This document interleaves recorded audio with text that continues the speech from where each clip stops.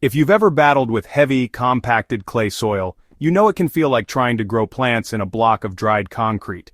Roots struggle to push through, water refuses to drain properly, and when the sun bakes it, forget it. Your garden becomes a brick factory. But what if the answer to breaking up that stubborn clay didn't involve digging, tilling, or hauling in expensive amendments? What if nature could do the hard work for you, quietly and underground? Here's the surprising truth. Rotten okra roots can become your secret weapon. This isn't just another compost trick or mulch layer. This is about using the leftover skeletons of a warm weather crop to drill deep into clay soil, feeding microbes, inviting earthworms, and leaving behind natural tunnels that loosen your earth without lifting a shovel. It's regenerative gardening in its purest form. Set it, forget it, and let biology take over. And best of all, it fits perfectly into the lazy gardener's toolkit. Let's dig into how this underground trick works, and how you can use it to transform your hardest soil into dark, crumbly living ground. Why rotten roots matter in clay. When okra plants grow, they send thick, fibrous taproots deep into the soil, sometimes 2 feet or more. These roots push into cracks and compacted zones that most other plants just can't reach. But it's what happens after the plant dies that, honestly, makes the magic happen. Instead of pulling out the roots at the end of the season, just let them stay. Over time, they rot in place. As they decay, they create hollow channels that remain open through your soil, improving drainage and airflow naturally. These decaying roots also feed underground life. Bacteria, fungi, and worms are drawn to the decomposing organic matter, breaking it down and spreading nutrients across the root zone. What starts as a dead plant quickly becomes an engine for soil revival. This is the core of biodrilling, a method used by no-till farmers and regenerative gardeners alike. It mimics the effect of tilling without disturbing the soil layers or harming the microbial networks that take years to establish. The decaying okra root becomes both food and infrastructure, biological scaffolding that improves your soil from the inside out. How to use okra roots the right way. To make the most of this method, timing and placement are everything.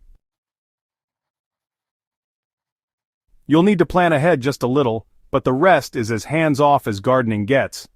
Start by planting okra in the worst parts of your garden, the areas where nothing else seems to thrive. These plants really love heat and, even poor conditions, so they'll often grow just fine even in tough clay. Just let them grow through the summer without disturbing the roots, even if they stop producing pods. Their real value is actually underground. At the end of the season, try to resist the urge to pull them up. Instead, just cut the stalks off at the base, leaving the roots untouched. You can toss the top growth onto your compost pile or even chop it up for mulch.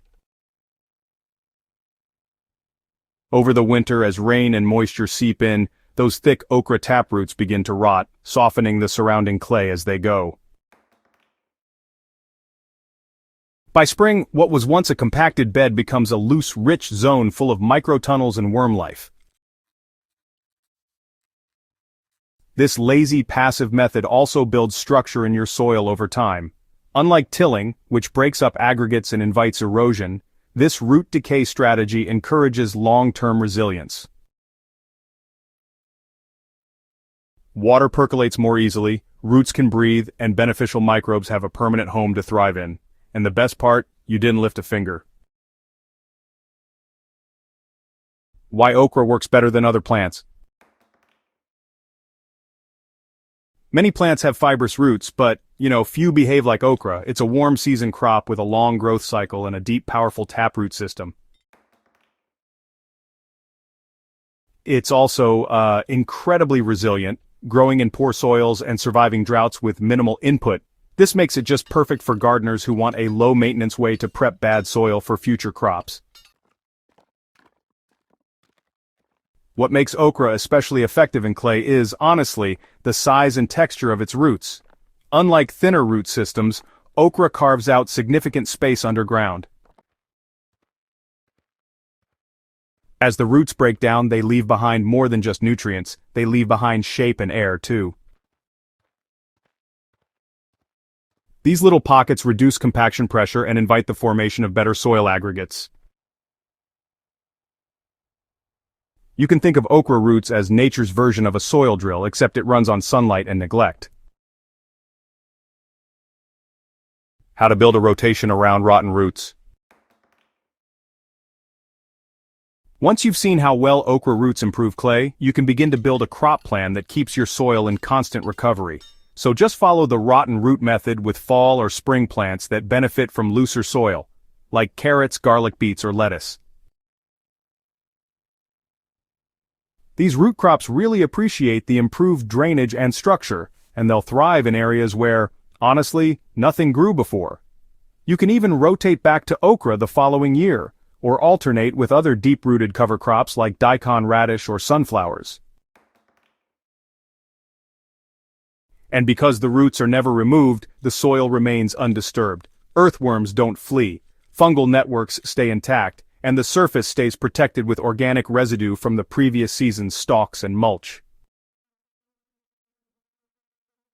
So, this is the slow, steady path to real soil transformation, and honestly it starts with doing nothing more than just letting okra rot. Lazy gardening that works while you rest. There's something, just deeply satisfying about putting nature to work for you. This method doesn't ask for compost turning, hauling amendments, or buying fancy tools. It's really just about letting biology take its course, and giving it the right material to work with. Rotten okra roots are more than just plant waste. They're actually an underground force for good, turning lifeless clay into active, thriving earth. And when you start seeing worms show up in places they used to avoid, or when you dig and find fluffy, crumbly soil where once there was only sludge, you'll realize just how powerful this quiet trick can be. So next time you harvest your okra, don't yank those plants out, let the roots stay, let them rot, and just watch your soil wake up from below. If you found this guide helpful, make sure to subscribe to Soil Doctor for more simple, science-backed ways to revive your garden. And if you know a fellow gardener battling clay, share this video. It might just save their season.